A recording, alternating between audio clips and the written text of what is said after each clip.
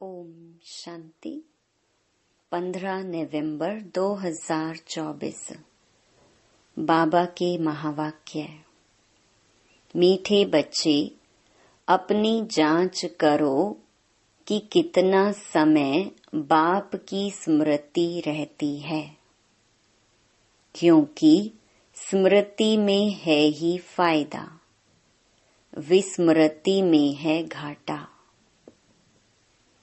प्रश्न: इस पाप आत्माओं की दुनिया में कौन सी बात बिल्कुल असंभव है और क्यों? उत्तर: यहाँ कोई कहे हम पुण्य आत्मा हैं, यह बिल्कुल असंभव है, क्योंकि दुनिया ही कलयुगी तमो प्रधान है। मनुष्य जिसको पुण्य का काम समझते हैं वह भी पाप हो जाता है, क्योंकि हर कर्म विकारों के वश हो करते हैं। ओम शांति। यह तो बच्चे समझते होंगे, हम अभी ब्रह्मा के बच्चे, ब्रह्मा कुमार कुमारियां हैं, फिर बाद में होते हैं देवी देवता। यह तो तुम ही समझते हो, दूसरा कोई नहीं समझते। तुम जानते हो हम ब्रह्मा कुमार कुमारियां बेहद की पढ़ाई पढ़ रहे हैं। 84 जन्मों की पढ़ाई भी पढ़ते, सृष्टि चक्र की पढ़ाई भी पढ़ते, फिर तुमको यह शिक्षा मिलती है कि पवित्र बनना है। यहाँ बैठे तुम बच्चे बाप को याद तो जरूर करते हो, पावन बनने के लिए। अपने दिल से पूछो, सच सच हम बाप की याद में बैठे थे या माया रावण बुद्धि को और तरफ ले गई? बाप ने कहा है, मामेकम याद करो तो पाप कटे। अब अपने से पूछना है, हम बाबा की याद में रहे या बुद्धि कहाँ चली गई? स्मृति रहनी चाहिए कितना समय हम बाबा की याद में रहे, कितना समय हमारी बुद्धि कहाँ कहाँ गई। अपनी अवस्था को देखो। जितना टाइम बाप को याद करेंगे उससे ही पावन बनेंगे। जमा और ना का भी पोता मेल रखना है। आदत होगी तो याद भी रहेगा, लिखते रहेंगे। डायरी तो सबके पॉकेट में रहती ही है। जो भी व्यापार वाले होते हैं उन्हों की है हद की डायरी, तुम्हारी है बेहद की डायरी। तो तुमको अपना चार्ट नोट करना है। बाप का फरमान है, धंधा आदि सब कुछ करो, परंतु कुछ समय निकाल मेरे को याद करो।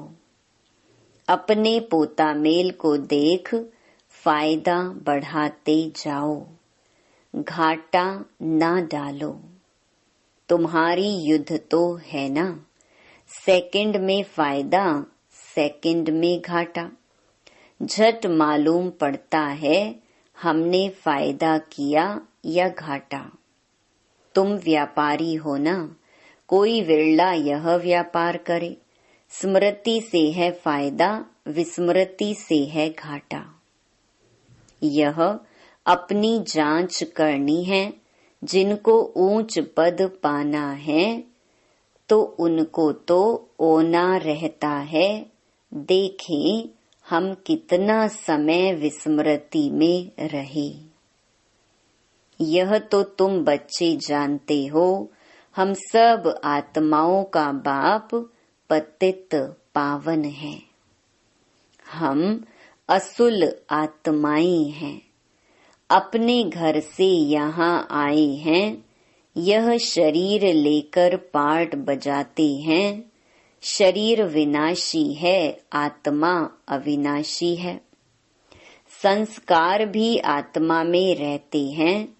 बाबा पूछते हैं, हे आत्मा याद करो, इस जन्म के छोटेपन में कोई उल्टा काम तो नहीं किया है। याद करो। 3-4 वर्ष से लेकर याद तो रहती है, हमने छोटेपन में कैसे बिताया, क्या क्या किया। कोई भी बात दिल अंदर खाती तो नहीं है। याद करो। सतयुग में पाप कर्म होते ही नहीं तो पूछने की बात नहीं रहती। यहाँ तो पाप होते ही हैं। मनुष्य जिसको पुण्य का काम समझते हैं वह भी पाप ही है। यह है ही पाप आत्माओं की दुनिया। तुम्हारी लेन देन भी है पाप आत्माओं से। पुण्य आत्मा यहाँ है ही नहीं। पुण्य आत्माओं की दुनिया में फिर एक भी पाप आत्मा नहीं। पाप आत्माओं की दुनिया में एक भी पुण्य आत्मा नहीं हो सकती। जिन गुरुओं के चरणों में गिरते हैं वह भी कोई पुण्य आत्मा नहीं है। यह तो है ही कलयुग, सो भी तमो प्रधान। तो इसमें कोई पुण्य आत्मा होना ही असंभव है। पुण्य आत्मा बनने लिए ही बाप को बुलाते हैं कि आकर हमको पावन आत्मा बनाओ। ऐसे नहीं, कोई बहुत दान पुण्य आदि करते हैं, धर्मशाला आदि बनाते हैं तो वह कोई पुण्य आत्मा है? नहीं। शादियों आदि के लिए हॉल आदि बनाते हैं, यह कोई पुण्य थोड़ी है। यह समझने की बातें हैं। यह है रावण राज्य, पाप आत्माओं की आसुरी दुनिया। इन बातों को सिवाय तुम्हारे और कोई नहीं जानते। रावण भल है परंतु उनको पहचानते थोड़े ही हैं। शिव का चित्र भी है परंतु पहचानते नहीं हैं। बड़े बड़े शिवलिंग आदि बनाते हैं, फिर भी कह देते नाम रूप से न्यारा है, सर्वव्यापी है। इसलिए बाप ने कहा है, यदा यदा ही धर्मस्य ग्लानिर्भवति भारत। भारत में ही शिव बाबा की ग्लानि होती है। जो बाप तुमको विश्व का मालिक बनाते हैं, तुम मनुष्य मत पर चल उनकी कितनी ग्लानि करते हो। मनुष्य मत और ईश्वरीय मत का किताब भी है ना। यह तो तुम ही जानते हो और समझाते हो। हम श्रीमत पर देवता बनते हैं, रावण मत पर फिर आसुरी मनुष्य बन जाते हैं। मनुष्य मत को आसुरी मत कहा जाएगा। आसुरी कर्तव्य ही करते रहते हैं। मूल बात ईश्वर को सर्वव्यापी कह देते। कच्छ अवतार, मच्छ अवतार तो कितने आसुरी छी छी बन गए हैं। तुम्हारी आत्मा कच्छ मच्छ अवतार नहीं लेती, मनुष्य तन में ही आती है। अभी तुम समझते हो हम कोई कच्छ मच्छ थोड़े ही बनते हैं, 84 लाख योनि थोड़े ही लेते हैं। अभी तुमको बाप की श्रीमत मिलती है, बच्चे तुम 84 जन्म लेते हो। 84 और 84 लाख का क्या परसेंटेज कहेंगे? झूठ तो पूरा झूठ, सच की रत्ती नहीं। इनका भी अर्थ समझना चाहिए। भारत का हाल देखो क्या है। भारत सचखंड था, जिसको हेवन ही कहा जाता था। आधा कल्प है राम राज्य, आधा कल्प है रावण राज्य। रावण राज्य को आसुरी संप्रदाय कहेंगे। कितना कड़ा अक्षर है। आधा कल्प देवताओं का राज्य चलता है। बाप ने समझाया है, Lakshmi Narayan the first, the second, the third कहा जाता है। जैसे एडवर्ड फर्स्ट सेकंड होता है ना, पहली पीढ़ी फिर दूसरी पीढ़ी ऐसे चलती है। तुम्हारा भी पहले होता है सूर्यवंशी राज्य, फिर चंद्रवंशी। बाप ने आकर ड्रामा का राज भी अच्छी रीति समझाया है। तुम्हारे शास्त्रों में यह बातें नहीं थीं। कोई कोई शास्त्रों में थोड़ी लकीरें लगाई हुई हैं, परंतु उस समय जिन्होंने पुस्तक बनाई हैं उन्होंने कुछ समझा नहीं है। बाबा भी जब बनारस गए थे उस समय यह दुनिया अच्छी नहीं लगती थी। वहां सारी दीवारों पर लकीर बैठ लगाते थे। बाप यह सब कराते थे, परंतु हम तो उस समय बच्चे थे ना, पूरा समझ में नहीं आता था। बस कोई है जो हमसे यह कराता है। विनाश देखा तो अंदर में खुशी भी थी। रात को सोते थे तो भी जैसे उड़ते रहते थे, परंतु कुछ समझ में नहीं आता था। ऐसे ऐसे लकीरें खींचते रहते थे। कोई ताकत है जिसने प्रवेश किया है। हम वंडर खाते थे। पहले तो धंधा आदि करते थे, फिर क्या हुआ, कोई को देखते थे और झट ध्यान में चले जाते थे। कहता था यह क्या होता है, जिसको देखता हूँ उनकी आंखें बंद हो जाती हैं। पूछते थे क्या देखा, तो कहते थे वैकुंठ देखा, कृष्ण देखा। यह भी सब समझने की बातें हुई ना, इसीलिए सब कुछ छोड़कर बनारस चले गए समझने लिए। सारा दिन बैठा रहता था, पेंसिल और दीवार और कोई धंधा ही नहीं। बेबी थे ना, तो ऐसे ऐसे जब देखा तो समझा अब यह कुछ करना नहीं है, धंधा आदि छोड़ना पड़ेगा। खुशी थी यह गदाई छोड़नी है। रावण राज्य है ना, रावण पर गधे का शीश दिखाते हैं ना, तो ख्याल हुआ यह राजाई नहीं गदाई है। गधा घड़ी घड़ी मिट्टी में लथेड़कर धोबी के कपड़े सब खराब कर देता है। बाप भी कहते हैं तुम क्या थे, अब तुम्हारी क्या अवस्था हो गई है।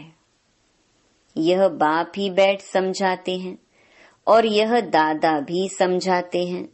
दोनों का चलता रहता है। ज्ञान में जो अच्छी रीति समझाते हैं वह तीखे कहेंगे। नंबरवार तो है ना, तुम बच्चे भी समझाते हो यह राजधानी स्थापन हो रही है, जरूर नंबरवार पद पाएंगे। आत्मा ही अपना पार्ट कल्प कल्प बजाती है, सब एक समान ज्ञान नहीं उठाएंगे। यह स्थापना ही वंडरफुल है। दूसरे कोई स्थापना का ज्ञान थोड़े ही देते हैं। समझो सिख धर्म की स्थापना हुई, शुद्ध आत्मा ने प्रवेश किया, कुछ समय के बाद सिख धर्म की स्थापना हुई। उन्हों का हेड कौन? गुरु नानक। उसने आकर जप साहिब बनाया। पहले तो नई आत्माएं ही होंगी, क्योंकि पवित्र आत्मा होती है। पवित्र को महान आत्मा कहते हैं। सुप्रीम तो एक बाप को कहा जाता है। वह भी धर्म स्थापन करते हैं तो महान कहेंगे, परंतु नंबरवार पीछे पीछे आते हैं। 500 वर्ष पहले एक आत्मा आई, आकर सिख धर्म स्थापन किया। उस समय ग्रंथ कहाँ से आएगा? जरूर सुखमनी, जप साहिब आदि बाद में बनाए होंगे ना। क्या शिक्षा देते हैं? उमंग आता है तो बाप की बैठ महिमा करते हैं। बाकी यह पुस्तक आदि तो बाद में बनते हैं जब बहुत हो। पढ़ने वाले भी चाहिए ना। सबके शास्त्र पीछे बने होंगे। जब भक्ति मार्ग शुरू हो तब शास्त्र पढ़े। ज्ञान चाहिए ना। पहले पहले सतो प्रधान होंगे, फिर सतो रजो तमो में आते हैं। जब बहुत वृद्धि हो तब महिमा हो और शास्त्र आदि बने। नहीं तो वृद्धि कौन करे? फॉलोअर्स बने ना। सिख धर्म की आत्माएं आवे जो आकर फॉलो करें। उसमें बहुत टाइम चाहिए। नई आत्मा जो आती है उनको दुख तो हो नहीं सकता। लॉ नहीं कहता। आत्मा सतो प्रधान से सतो रजो तमो में आवे तब दुख हो। लॉ भी है ना। यहाँ है मिक्सअप। रावण संप्रदाय भी है तो राम संप्रदाय भी है। अभी तो संपूर्ण बने नहीं हैं। संपूर्ण बनेंगे तो फिर शरीर छोड़ देंगे। कर्मातीत अवस्था वाले को कोई दुख हो न सके। वह इस छीछी दुनिया में रह नहीं सकते। वह चले जाएंगे, बाकी जो रहेंगे वह कर्मातीत नहीं बने होंगे। सब तो एक साथ कर्मातीत हो नहीं सकते। भल विनाश होता है तो भी कुछ बचेंगे। प्रलय नहीं होती।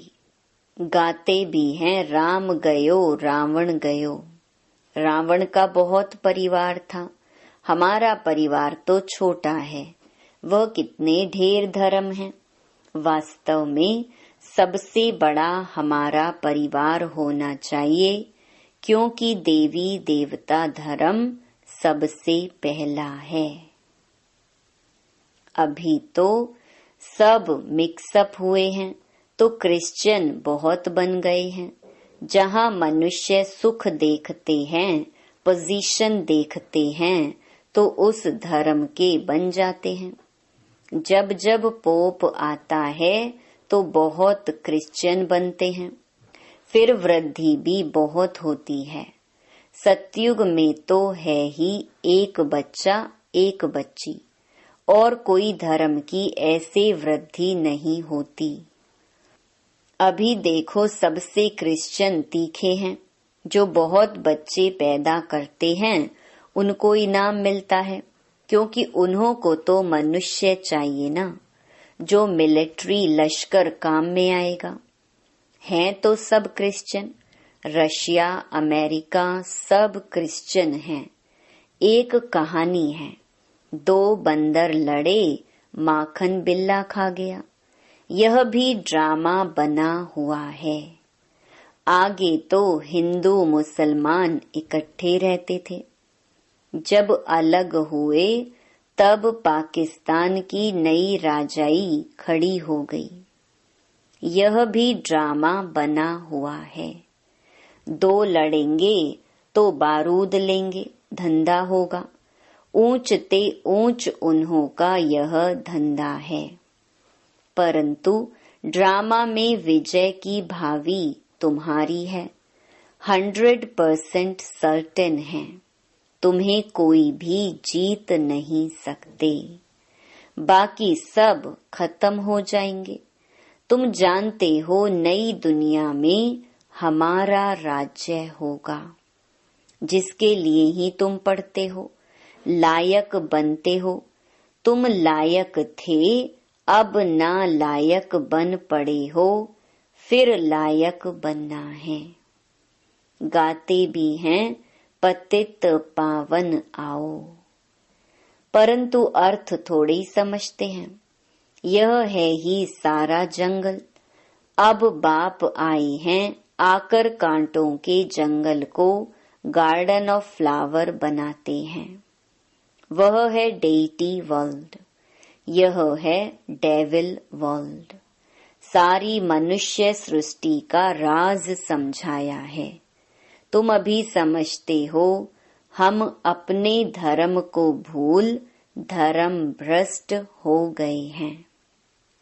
तो सब कर्म विकर्म ही होते हैं। कर्म विकर्म अकर्म की गति बाबा तुमको समझा कर गए थे। तुम समझते हो बरोबर कल हम ऐसे थे, फिर आज हम यह बनते हैं। नजदीक है ना। बाबा कहते हैं कल तुमको देवता बनाया था, राज्य भाग्य दिया था, फिर सब कहाँ किया। तुमको स्मृति आई है भक्ति मार्ग में हमने कितना धन गंवाया है। कल की बात है ना। बाप तो आकर हथेली पर बहिष्ट देते हैं, यह ज्ञान बुद्धि में रहना चाहिए। बाबा ने यह भी समझाया है, यह आंखें कितना धोखा देती हैं। क्रिमिनल आई को ज्ञान से सिविल बनाना है। अच्छा, मीठे मीठे सिकिलधे बच्चों प्रति माता पिता बाप दादा का याद प्यार और गुड मॉर्निंग। रूहानी बाप की रूहानी बच्चों को नमस्ते। धारणा के लिए मुख्य सार। पहला, अपनी बेहद की डायरी में चार्ट नोट करना है कि हमने याद में रहकर कितना फायदा बढ़ाया। घाटा तो नहीं पड़ा। याद के समय बुद्धि कहाँ कहाँ गई। दूसरा, इस जन्म में छोटेपन से हमसे कौन कौन से उल्टे कर्म अथवा पाप हुए हैं वह नोट करना है। जिस बात में दिल खाती है उसे बाप को सुनाकर हल्का हो जाना है। अब कोई भी पाप का काम नहीं करना है। वरदान, कर्म बंधन को सेवा के बंधन में परिवर्तन कर सर्व से न्यारे और परमात्म प्यारे भव। परमात्म प्यार ब्राह्मण जीवन का आधार है, लेकिन वह तब मिलेगा जब न्यारे बनेंगे। अगर प्रवृत्ति में रहते हो तो सेवा के लिए रहते हो। कभी भी यह नहीं समझो कि हिसाब किताब है, कर्म बंधन है, लेकिन सेवा है। सेवा के बंधन में बंधने से कर्म बंधन खत्म हो जाता है। सेवा भाव नहीं तो कर्म बंधन खींचता है। जहाँ कर्म बंधन है वहाँ दुख की लहर है। सेवा के बंधन में खुशी है। इसीलिए कर्म बंधन को सेवा के बंधन में परिवर्तन कर न्यारे प्यारे रहो तो परमात्मा प्यारे बन जाएंगे। स्लोगन, श्रेष्ठ आत्मा वह है जो स्व स्थिति द्वारा हर परिस्थिति को पार कर ले। ओम शांति।